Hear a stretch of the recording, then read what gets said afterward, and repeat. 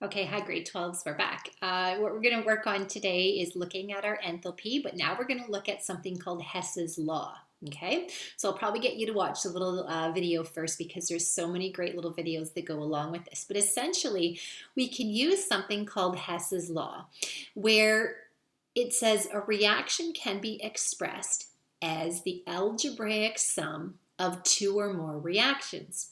The heat of the reaction then is also the algebraic sum of the reactions that make it up. So this is just looking at a little bit of adding and subtracting, maybe some multiplying, okay? And so I'm going to go through an example with you here. We're going to do one that's a little tricky, and then there's a few others you're going to work on. But basically it's saying that the overall energy of a chemical reaction can be the sum of the parts that make it up. So in other words, we're going to look at what's our final equation we need to get to. What are the little pieces that we can add and rearrange in different ways so that we can add up the equations, add up the energy, and we're going to get the sum of the total. Okay, so this is actually kind of a fun one, I think. And so for the first example, we're going to look at this one that's right here. I'm going to just make a different color here so you can see my new highlights as I go. So we're going to do this example right here. Okay, so here we go. The question says, it's not possible to control the burning of carbon so that only carbon monoxide is produced. We can't get that equation in the lab, okay? But what can we do is we do know some of the other pieces of chemical equations that we can add up. So this is the one we need to get to. In other words, this is going to be our answer equation. And we're going to get the answer by using the sum of the other equations that make it up. So this one's going to be called our target equation. This is what we want to get to. This is the final answer. We do know this. It's possible to burn carbon so that all the carbon is completely oxidized to carbon dioxide and measure the negative 393.5 kilojoules of energy released. So I've got an equation here that's going to factor into my final. I also can do this part. It's also possible to burn carbon monoxide to carbon dioxide and measure the negative 283.3 kilojoules of energy that gets released.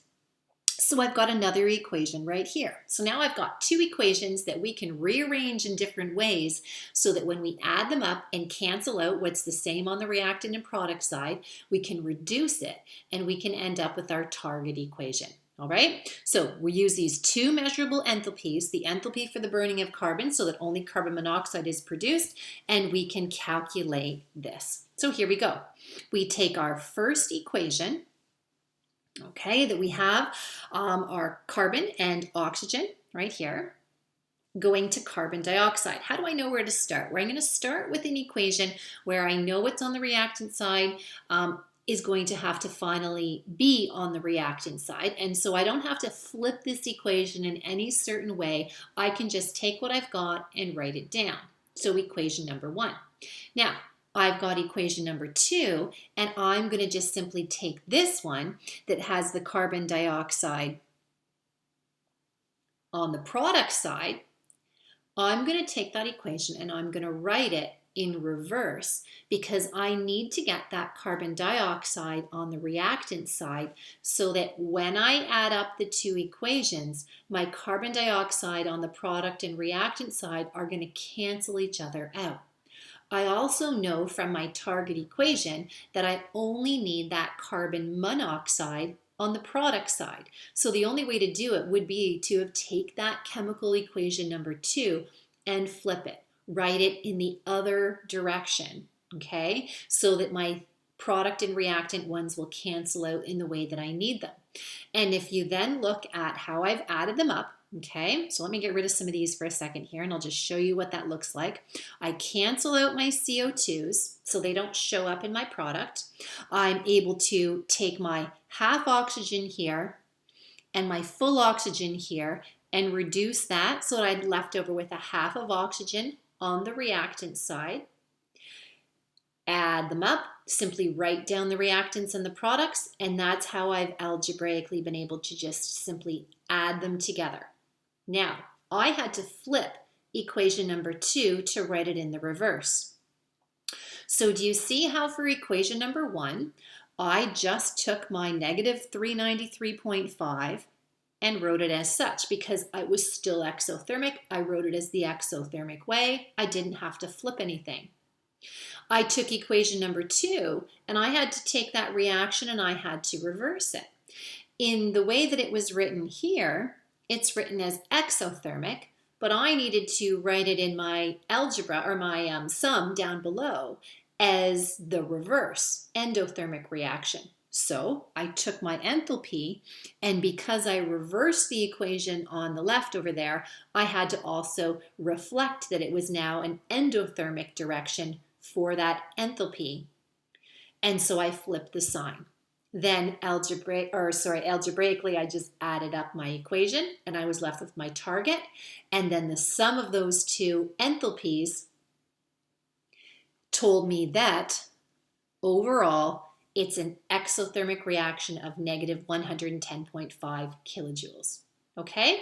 So all you had to do is if you write the equation as the reverse, then you have to reverse the enthalpy because you've written it that way. A good example when you're thinking about like just, is it endothermic or exothermic is always just photosynthesis and cellular respiration. If you write a photosynthesis equation down, clearly it's endothermic because the heat of the sunlight that causes that reaction to take place is on the reactant side. If you write it in the reverse direction, you're now just writing the equation for cellular respiration. And of course, that's exothermic. Your heat is on the product side. Okay, so you can think of it that way, just writing the reverse, then you reverse the enthalpy because you're either writing it as the endothermic direction, but if you're reading it reverse, you're reading it as exothermic. Okay, are you ready to try one that's a little bit tricky? Okay, here we go. So solving a problem, and what are we doing again? We are going to use Hess's law, the law of heat summation, in order to figure out the enthalpy of the final reaction. So let's use Hess's law to find the heat of reaction. And I'm going to write this as the negative delta HR. What's the enthalpy of the reaction? What reaction? Well, here's my target reaction I'm going for, right here. That's what my final answer is going to be. How do I get there? Well, I've been given 3 reactions. Let's have a look at these reactions and see where I'm going to start. Okay, here they are. The approach you're going to use, step number 1, that's right here. You're going to begin with one of those given thermochemical equation that includes exclusively one of the reactants of the required reaction. So I'm going to look at my required or my target equation, and I'm going to find one of these equations here that has exclusively one of the reactants. Okay, and then I'm going to write it so that that reactant is written on the reactant side because I know I need to get there. That just gets me started. Okay, so what am I going to do? I'm going to take the equation number 3 because I find FeO. I see it right here. It needs to be on the reactant side. So let's write reaction number 3 down, but we have to flip it so that we show that FeO on the reactant side. Okay, so stay with me here. I'm taking equation number 3. I'm going to simply write it down in my equation spot. I've written it, first of all, I've already done a little bit of math here, so just ignore my coefficients for the time being because I'm going to get to those in a sec. I just wanted to get a little bit started. If I've written it down as a reverse reaction, my multiplier essentially would be -1. Okay, so just watch this for a second. Now that I've got them written down for reaction equation number 3, I'm going to go to the next one. The next one says, add other thermochemical equations to cancel any of the unwanted reactants or products from the equation in step number 1. Okay, so now that I've got my FeO, and that reaction number 3 has this over on the product side. Look at that, Fe3O4. I'm going to say to myself, I need to get rid of that Fe3O4 on the product side because I don't see it in my target equation. So how can I cancel out an Fe3O4 on the product side? Let's find an equation or reaction that has the Fe3O4 on the reactant side. Okay, well, there we go. I see it in equation reaction number 2. Nope, where is it? Fe3O4. Fe3O4, right there. Okay, so my Fe3O4 in reaction number 2 is on the product side, but I need to get rid of it on the reactant side. So I'm going to take equation reaction number 2, and I'm going to write it down. Oh, I didn't mean to erase that. Equation number 2. And I'm going to write it down in the reverse direction. Okay, so if I flip it around, I'm going to write it exactly as is down below, but right now my multiplier is a -1. -1, which is I'm going to multiply with the heat because I've flipped it around. Okay, so now I write that equation as such: 2Fe3O4 plus CO2 plus 3. And now do you see where I've had to write that equation with a coefficient of 2 in front of here?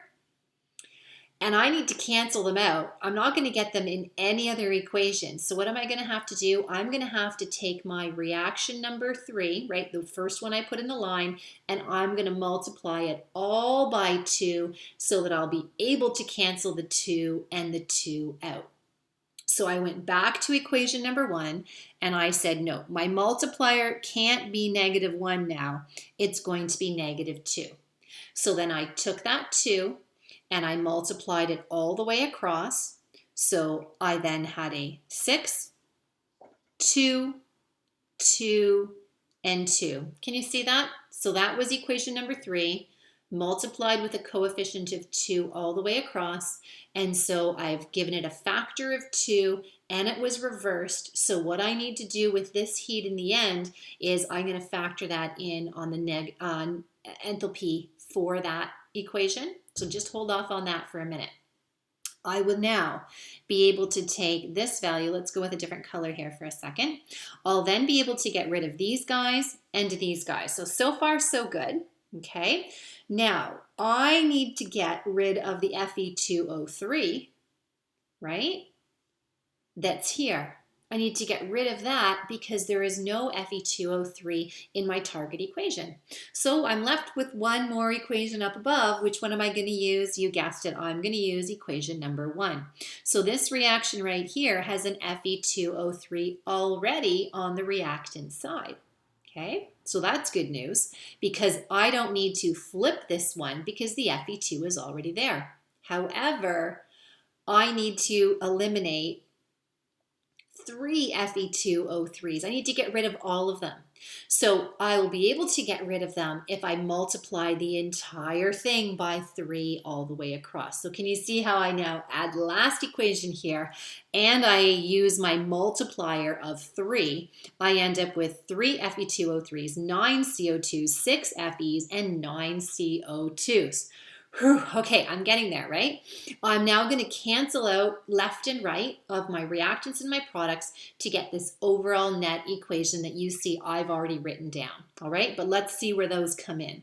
So get your canceling out. I cancel my 3 Fe2O3s here and here. Okay, so far so good. Next, let's have a look at the COs, okay? I have 2 COs on my reactant side on the first line. No, I see them on the product side on the first line. And then I have my 1 CO on the product side of my second line. And I have 9 carbon monoxides on the reactant side. Can you see in total that I've got 3 on the product side and 9 on the reactant side? How do those cancel each other out? Well, 2 plus 1 would be 3 on the product side, 9 on the reactant side. That reduces that to 6 on the reactant side. And now I've simplified my carbon monoxide. Okay, now let's go to the next one. Now I've got my FEs. Oh, and that's going to stay. So far I've got my FEs. I don't have any I need to cancel or simplify out, but I can simplify my carbon dioxides. Have a look. How many do I have in total on the reactant side? If I add them up, I'm going to have 2 plus 1. I'm going to have 3. I've got 9 on my product side. So watch this.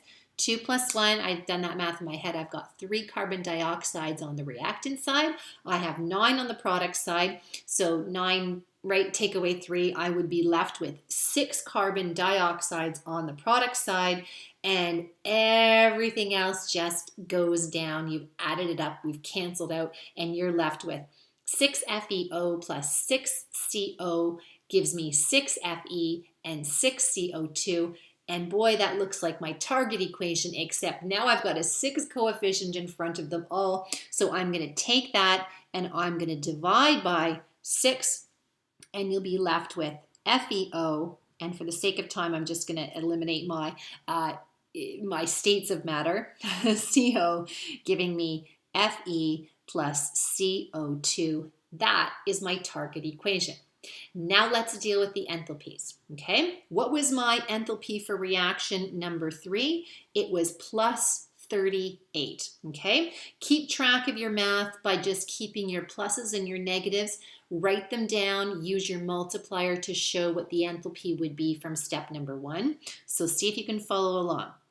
Plus 38, I just wrote that down from above. I had a multiplier of -2 because I reversed it and I added a 2 coefficient all the way down. The enthalpy of this reaction right here would be -76. Keep the negative there, okay? Don't lose it. The second equation was -47 for that one. Did I have a multiplier? I had to reverse it. So I showed it in the opposite direction. So there's a -1 multiplier there. What do you end up with? Plus 47. Again, write the plus down. Okay, don't just leave it off because it's a positive value. Keep it there. You'll keep track of your math better that way. And my third equation, I've got -25. What's my multiplier? 3, -75. Okay, add up. -76 plus 47, -75, -104. But that was for 6 moles of everything. So if I divided my equation by 6, I take my enthalpy and divide it by 6, and my target equation would be therefore -17.3 kilojoules. And that's how you can figure out the enthalpy of a chemical reaction using a sum method where you algebraically add up all the steps in order to give you the overall energy of the reaction. All right, you ready to give it a go on your own? Yes? Okay. The other ones actually are easier. That was the hardest one that we did all for today's lesson. Okay. So you're going to, again, read the equation for here, and it's like, highlight your target equation. That's what you need to get to in the end. So how do you get there given a couple of reactions? Well, you can see the math. Okay, again, find something that's only on the product side or the reactant side. You got to start with that one. It doesn't matter which one you start with because algebraically you'll be able to figure it out. Okay, there are 3 problems here for Hess's law. So the answers are also given down below. And then in the next lesson, we're going to look at doing it in the lab, and I'll give you some data for that. Okay, good luck. Let me know how it goes.